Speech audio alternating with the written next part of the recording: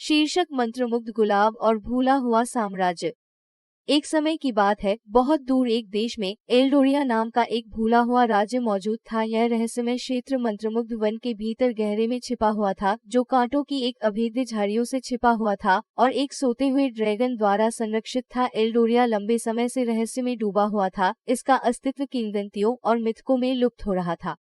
इस गुप्त राज्य के मध्य में एक प्राचीन महल खड़ा था। ऐसा कहा जाता था कि महल सदियों से परित्यक्त था, लेकिन इसकी सबसे उल्लेखनीय विशेषता पौराणिक मंत्रमुग्ध गुलाब थी, जो महल के छिपे हुए बगीचे में खिलता था। इस जादुई गुलाब की पंखुड़ियां किसी भी बीमारी को ठीक करने और उन लोगों की इच्छाएं पूरी करने की शक्ति रखती हैं जो उन्हें खोजने का साहस करते हैं।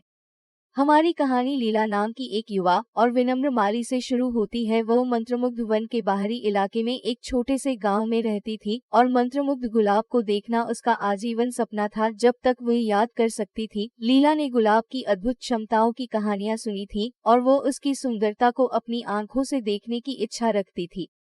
एक उज्जवल सुबह लीला मंत्रमुग्ध वन में चली गई। उसने महल तक पहुंचने और पौराणिक गुलाब को देखने का निश्चय किया। उसने विश्वासघाती रास्तों, कंटीली झाड़ियों का सामना किया और यहाँ तक कि अपनी बुद्धि और दयालु शब्दों का उपयोग करके सोते हुए अजगर को भी मात दी। जब वह आखिरकार महल में पहुंची तो बगीचा बहुत बड़ा हो चुका था और मंत्रमुग्ध गुलाब ने अपनी चमक खो दी थी। लीला को समझ नहीं आ रहा था कि इसकी ऐसी हालत क्यों हो गई।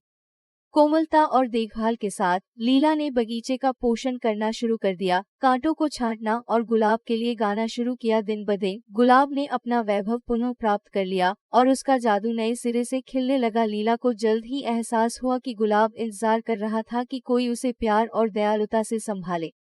जैसे ही गुलाब को अपनी शक्तियां वापस मिली, एल्डोरिया का भूला हुआ साम्राज्य जागने लगा। इसके जीवंत निवासी, जो गहरी नींद में